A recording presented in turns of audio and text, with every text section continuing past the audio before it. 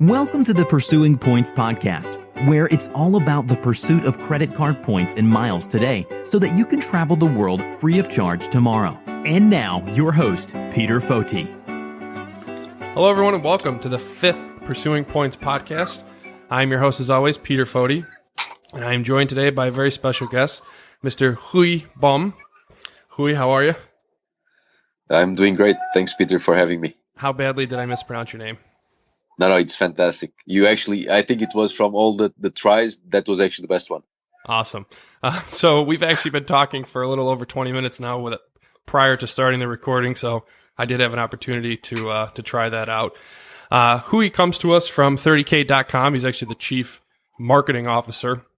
And 30k offers a plugin so that when you're searching for flights on websites like Expedia, for instance, you can actually see how many miles you'll accrue, both in terms of, say, like redeemable miles, but also those that you can earn towards elite status. Can you sort of tell us maybe a little bit more about 30K just in general, and also tell us about where you came from in terms of and what you do on a daily basis with 30K? Sure, absolutely. So, I mean, we've been around for a little bit over 4 years, which feels like a bit long, but we actually started out by developing our own or creating our own search and booking website. I mean, some sort of Expedia where you'd be able to see the mileage component as well. We sold, a few tickets, but obviously we felt that that was not the right business model for us. So back in 2013, late 2013, we moved from Shanghai to Berlin, and I'm sure we'll have some time to go into that story as well. But we moved to Berlin because we had some people there interested in investing in the company, and when we arrived there, we said, okay, maybe now it's the time to slightly shift the business model more into a business to business type of thing. So what we did then was we kind of took out the mileage component. We developed an API for that, and we started licensing that to existing travel websites. And we've been traditionally more of a business to business company. Last 6 months, we started looking into the plugin product that you just described before, and that's, I guess, because it's more of the consumer-facing product. That's what people would assume we do. But I would say traditionally we're more of a business-to-business company with a kind of a business-to-consumer product as well. Interesting. And then, so when you guys started, so first of all, how many people are in the company right now? So now we are 8 people. We started as, the 3 co-founders. So myself, I'm originally Portuguese. I used to work for multinational companies before doing marketing, and I moved to China back in 2007. That's actually when I met Alex, my Swedish co-founder. We played soccer together in Shanghai, and he had this, crazy idea, but it felt like, made a lot of sense, and kind of we joined forces and started working on this. And then we met Vitaly, our CTO, who's based out of Minsk, Belarus, and we kind of started building the company. Then we got a little bit of funding here and there. Back in 2014, we got a fair amount of money from a big travel player in Europe, and that's when we started expanding the team. We were 11 at some point. We've recently downsized it a little bit to 8 people, and now we are 8 people, and trying to bring the number back to a little bit more people, especially on the development side. So when you guys first started 30K, after you came together, did you start it because you saw that when you were searching for your own personal or business flights, you wanted that information and it wasn't available to you, or did you just sort of see that void in the marketplace and hope to fill it? Right. I mean, I think there was a couple of issues back then. One was the fact that we were traveling quite a lot. I mean, for our jobs at that point, and we realized that a lot of the times you buy a flight, you fly, and then you get the statement from the program saying you didn't get any miles, or you actually got some miles, but in the end it felt like it was a lot less than what we were expecting. So you end up, with a bunch of frequent flyer cards and a few thousand miles in each one of them, but you never actually get anywhere. I mean, you don't get to that point where you actually have, silver or gold status with a company, or you don't accrue enough points to, redeem for free flights. And so we said, okay, is there anything, any tool in the market that might be able to help us, further optimize or maximize our traveling as frequent flyers. And unfortunately, there was none. So what we decided to do is, okay, if there is nothing out there that can help, maybe we can build something. And so that's kind of how everything started. Yeah. So that's pretty cool.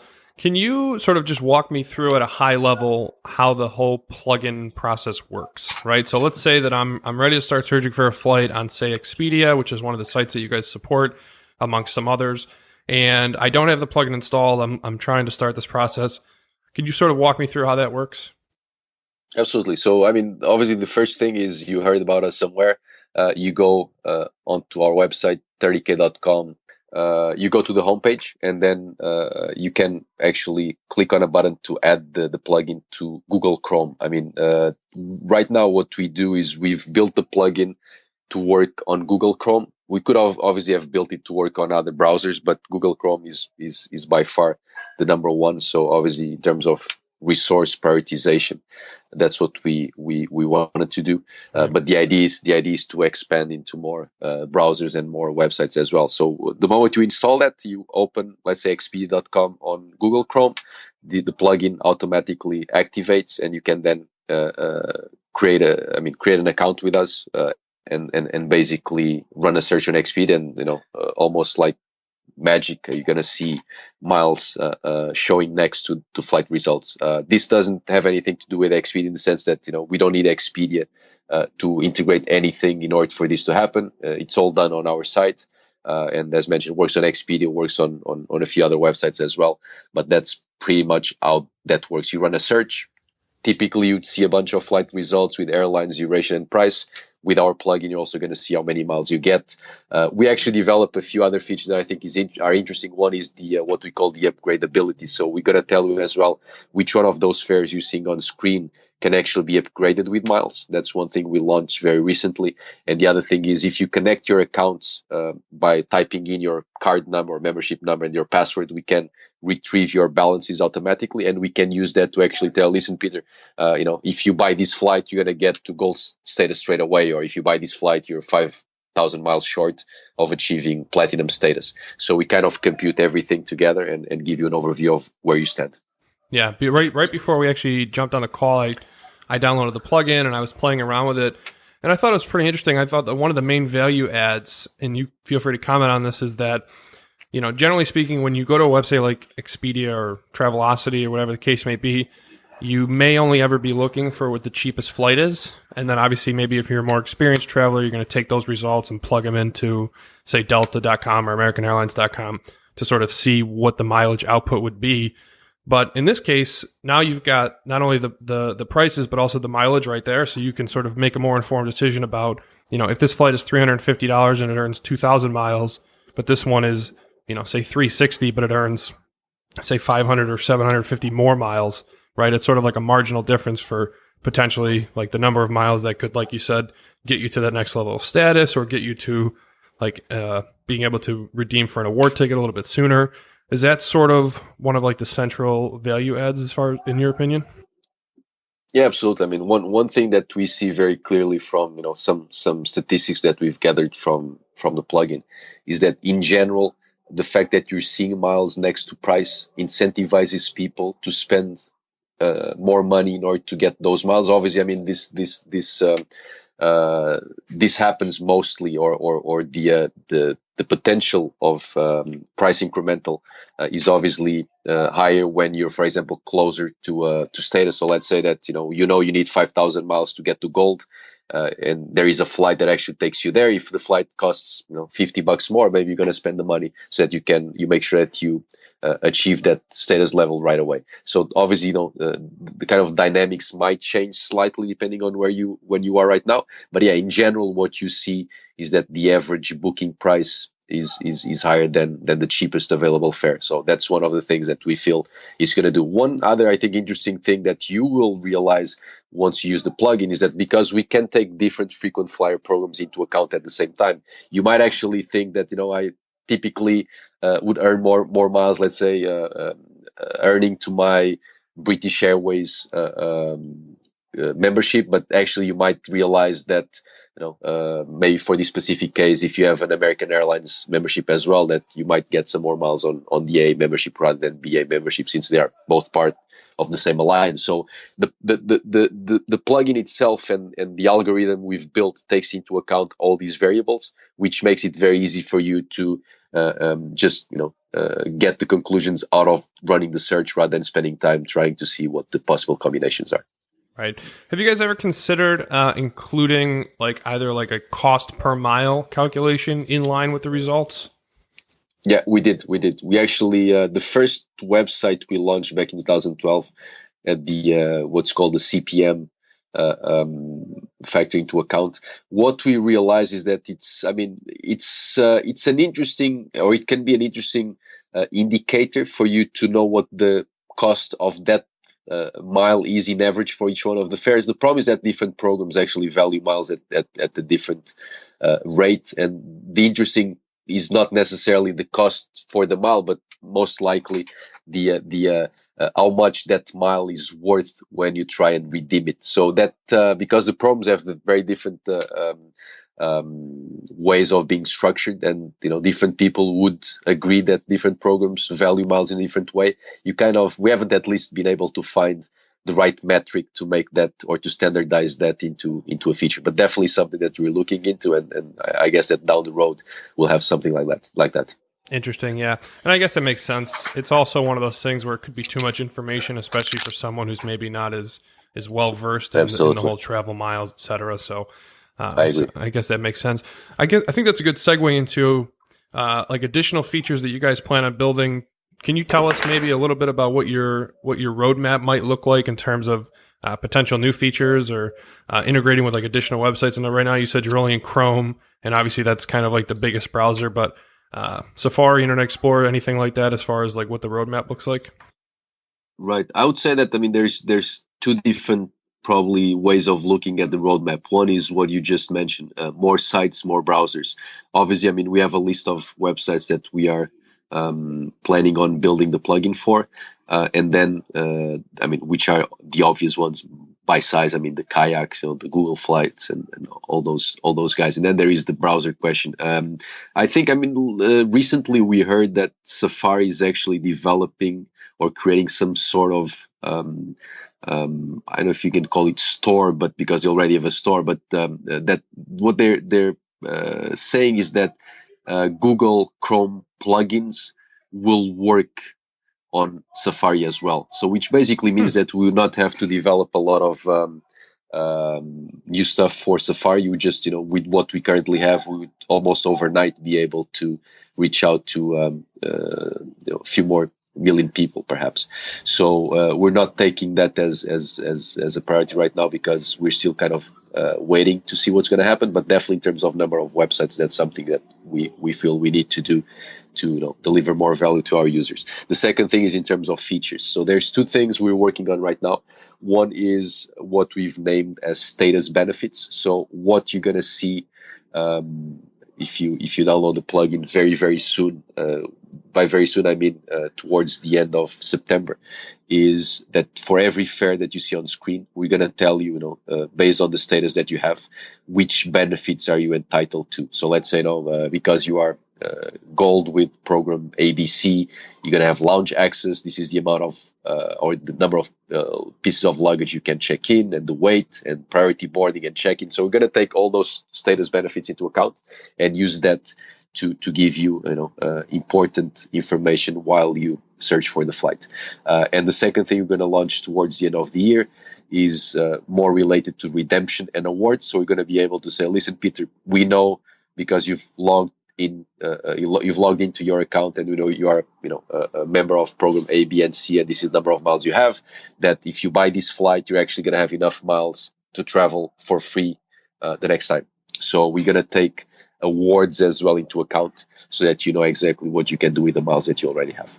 And how much does this all cost? In terms of even the plugin? Yeah. So what we're doing right now is we're giving people a 30-day free trial. So for 30 days, you can use the plugin as much as you want with all the features. Everything is open for you to use and test out. And then after the 30-day period, you will need to pay $20 per year to have access to that. Okay, so that's not bad. I mean, when you think about it, if you can use the tool and find even just one booking that is going to net you more miles relative to the additional cost, and you wouldn't have otherwise thought about it, then that's probably well worth it, I would think. Yeah, and I would say, I mean, I like to put things into perspective. I think, I mean, $20 a year is kind of 5 cents a day, and it's actually if you based on the conversation we're having before about the cost per mile. I mean, if you assume that a mile would cost, I don't know, 2 cents, for example, if you actually take into account the $20 and you see how many miles that would account for, you're gonna see that you don't need that many extra miles to more than compensate for what you're paying for the plugin. So I mean, we've done a bunch of research with real frequent flyers, and it seemed like the sweet spot for us.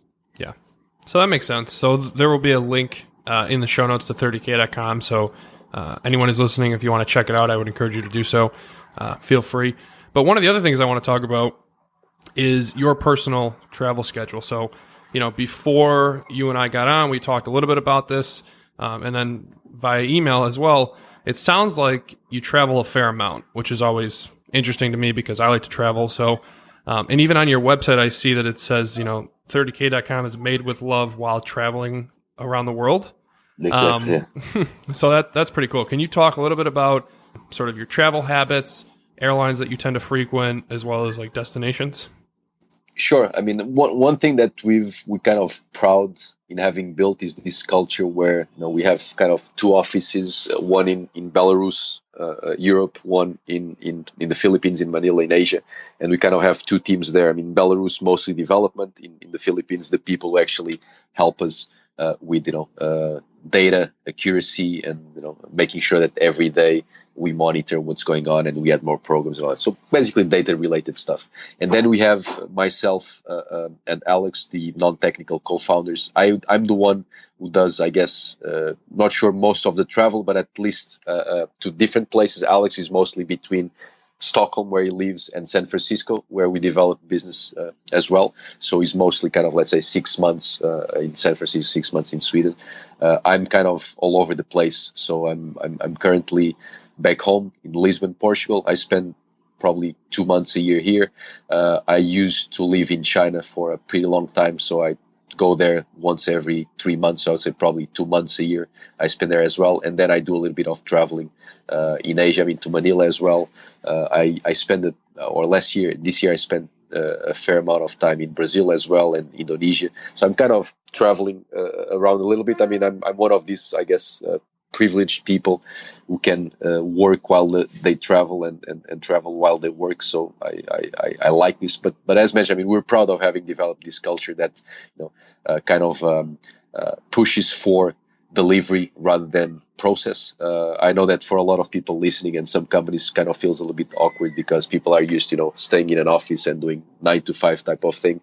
We actually work from all of us. We're not together most of the time. So what we do is kind of a daily Skype call from Monday to Friday, where everyone dials in and we discuss what happened the day before, and we kind of plan for the day ahead. And then once every 3 months, we gather the whole team in a different place around the world to do a couple of weeks of planning sessions for the coming quarter. And that's been working really well for us, because you give people the freedom that they need to create and to build stuff, but at the same time you obviously expect a lot from people as well, because there is no boss controlling them or making them do their job. It's just a daily call that we try to make short and really based on Yeah, that's pretty cool. So we do something very similar at my day job, where we have what we call a stand up every single day, Monday through Friday. Exactly. Where you sort of talk about what you did yesterday, what you're going to do today, and anything that may be prohibiting you from accomplishing those goals. And I do work in an office, but am privileged enough to be able to do some work remotely when the time is right. So I get to experience this a little bit, which I think is great, and hopefully more companies will continue to do that. I mean, are there any, and this is getting a little bit off topic, but this is something I'm super interested in. Are there any downfalls that you've sort of seen, or I guess downsides to working in this way? I think there are potentially some. I think the two or three obvious ones for me. I mean, that obviously happens to everyone, regardless of working in an office or not. I mean, there's days where you feel more productive, days where you feel less productive. Maybe if you're not very organized, sometimes working at home or from a cafe or something like that might feel that you need a little bit of structure, and we try to do that.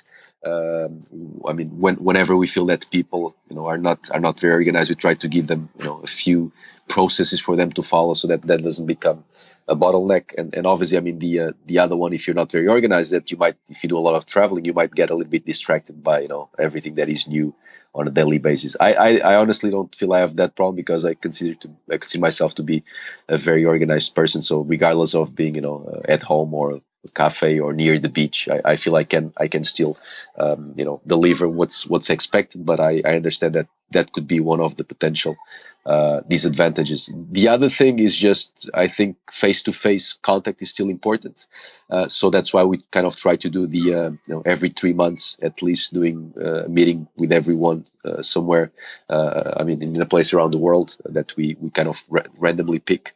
What we try to do is, for example, I'm in Manila fairly often, so by being with the team there, obviously I can build this face-to-face communication with them, and with meetings that we have constantly around the world, where at least the three co-founders will travel to attend. Obviously, you have some FaceTime there as well, but I think that's definitely the most or what people would consider to be the biggest disadvantage. But one thing is for sure, I mean, at the moment you have processing in place, the moment you have this daily stand-up in place, and the moment you have very clear KPIs or goals that you need to achieve, I think if you do a good job with hiring people, I think all those problems or potential problems would actually disappear very, very rapidly.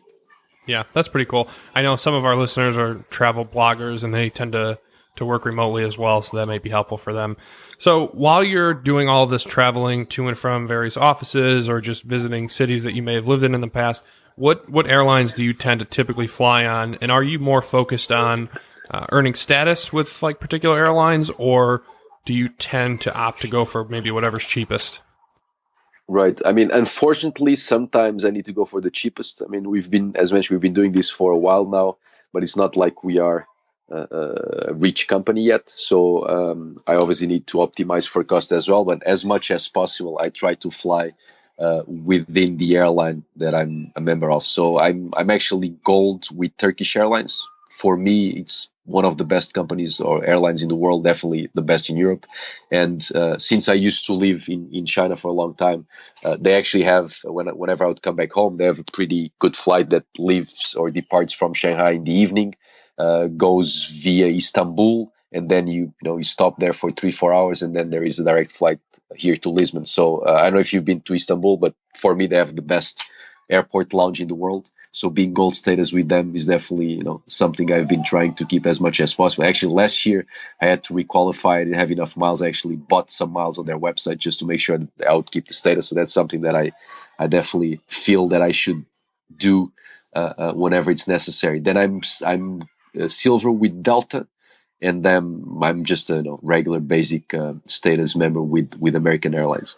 But yeah, so I tend to fly in Europe mostly Turkish, from Asia to Europe Turkish. If I fly to South America, TAP Portugal is a company with pretty good coverage. And then whenever cost is an issue, I'll always try to fly low cost. One airline that, I mean, actually my favorite airline, unfortunately I cannot afford flying with them very often, are the Japanese ones. So JAL and ANA, I mean, level of service is just outstanding. I would say there is not even something that can be compared to the level of service that the Japanese airlines provide. I don't know if you have flown with them before, but it's definitely an experience in itself. So I would highly recommend you to try it out. But again, you pay the price for that. But it's just an unbelievable experience. Yeah, unfortunately, I've not yet had the privilege to either visit the lounge in Istanbul, nor have I been able to fly on any Japanese airlines yet. But I am looking into my 2017 travel schedule, so maybe I'll have to try and work some of those into my itinerary. How often? So obviously, so you fly a lot, Turkish, Delta, and Hmm. obviously while you're flying, even though you're paying cash, you're still earning miles. How often do Yeah. you sort of take trips with your miles? And then when you go to redeem them, are you typically, so like if you're on a Japanese airline, are you going to use your miles and try to sit up front and sort of like, is the travel part of the experience for you, or is it more just about getting from point A to point B? Right. I mean, what I don't redeem my miles very often, just because again I'm always optimizing for status, not necessarily for for award miles. I remember maybe over the past couple of years I've redeemed a couple of flights. I actually think both flights were from Shanghai to Bali via Seoul in South Korea. It was, I think, a Korean Air flight actually. So that's how I spent my miles. So I try to spend just in free flights whenever I need to. Especially in Asia, this specific flight is pretty expensive. So it's expensive to pay in cash, but it's actually not very expensive if you redeem the miles, and that's why I have my Delta membership.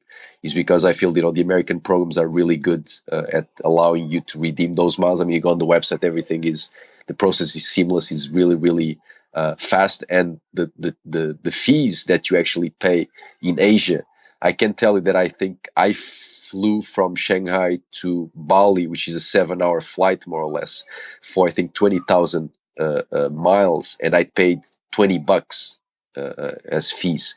I mean, Wow. it's which I feel it's really cheap, especially when you compare to Yeah. what happens in Europe. So that's why I actually accrued to my Delta Sky Miles membership, because redemption is so easy, and it's actually great value for money. So yeah, I try to do that most of the times with my Delta membership. With Turkish, as mentioned, mostly optimizing for status. Yeah, it's always interesting to me to hear different traveler strategies towards things like status or award miles or whatever the case may be. For instance, like for me, up until this year, I never really even thought about status, and now all of a sudden this year, I just decided that I wanted status on Delta, and that's sort of been my goal for this year. I've not redeemed any award miles as I try to only fly on Delta paying cash. Um, but that process is always different for everybody. And then, I typically try to save my miles for like bigger redemptions. So maybe it would be flying in first class on one of those Japanese airlines Right, or right. something like that. So that's always interesting to me. And one of the interesting things that you and I had talked about before we got on here is that you don't actually have, I guess, travel credit cards, right? So one of the things that I wanted to talk to you about is sort of, what's in your wallet, what cards do you use, et cetera, et cetera. And I was a little bit surprised to find out, and I guess this is honestly, it's just sort of my ignorance, is that you don't really have those access, I guess, to rewards credit cards the way that we do in the United States. Can you sort of talk about that a little bit? Yeah, sure. I mean, I think and that's just. I mean, I even if this is my job, I haven't, traditionally been very focused in credit cards. That's actually something we had discussed before within our team. I mean, I think there is something there that we should be working on as well. But again, it's been mostly on the flights earning part that we've been focusing on. So my knowledge on credit cards is not that much. But what I've realized is that, sure, I mean, you have those cards, for example, here in Portugal and pretty much in every country. I don't think the earning rates or earning deals are that great, and typically people don't shop too much with using credit cards. They prefer to use their normal debit cards. I was actually telling you just before we started recording that in China, for example, I mean, for, I would say, between 2007 when I arrived and 2012, it was very uncommon to see people with credit cards. I mean, banks and the government were not allowing everyone to have credit cards. So obviously, when you look at the population of 1.6 billion people, where credit cards are not that popular, at least the earning part of earning with miles in places like China or India is not something that people would consider. I think in Europe is definitely more developed, not as much as in the US, but I don't think people use credit cards as much as you guys do in the States. And that's, I think, goes back to the point you were mentioning before, that you try to optimize, or traditionally you've been trying to optimize for higher redemptions. So like, a business class flight from, Los Angeles to Tokyo, for example. I mean, that's a lot of miles. And obviously, if you don't kind of have a mixed strategy of, here's the miles I get from flying plus the miles I'm getting from the credit card, it's going to be very difficult for you to achieve those levels of earnings. So I think that's probably why, at least for me, redemption is not what I do, because I tend not to get to those levels, but status is easier to achieve, and it's something that it lasts, I guess, over a more extended period of time. So when you travel a lot, I value comfort more than having freebies. Yeah, interesting. Honestly, that's just a totally different perspective, one that I've not necessarily been exposed to before. So that's super interesting to me. Now that I've sort of started pursuing points, I feel like all I do is talk about credit cards. And obviously I have friends here, some of whom are not like aware of the benefits of credit cards. And I've been explaining them a lot, but then to hear that, for some people that's not, I mean, it may be an option, but certainly it's not as, I guess, as like big of a deal as it is here in the States. So that's always interesting. So overall, I think we covered a lot of ground here. So I wanted just to thank you for coming on the show. And like I said before, for our listeners, 30k.com, I'll have the link in the show notes so you can check it out. Is there anything that you wanted to leave us with? I mean, just again, thanking you, Peter, for inviting me. I think it was great having the chance to share more about 30K. One thing that we're always looking for is feedback. So if any of your listeners tries out the plugin or has any ideas, please make sure that they send an email out to me. They can reach me on rui@30k.com. Any feedback, suggestions, comments are always welcome. And yeah, I mean, I look forward to seeing some of your listeners trying our plugin out and sending out some comments. Sounds good. All right. Thank you very much. And we will see you guys next time.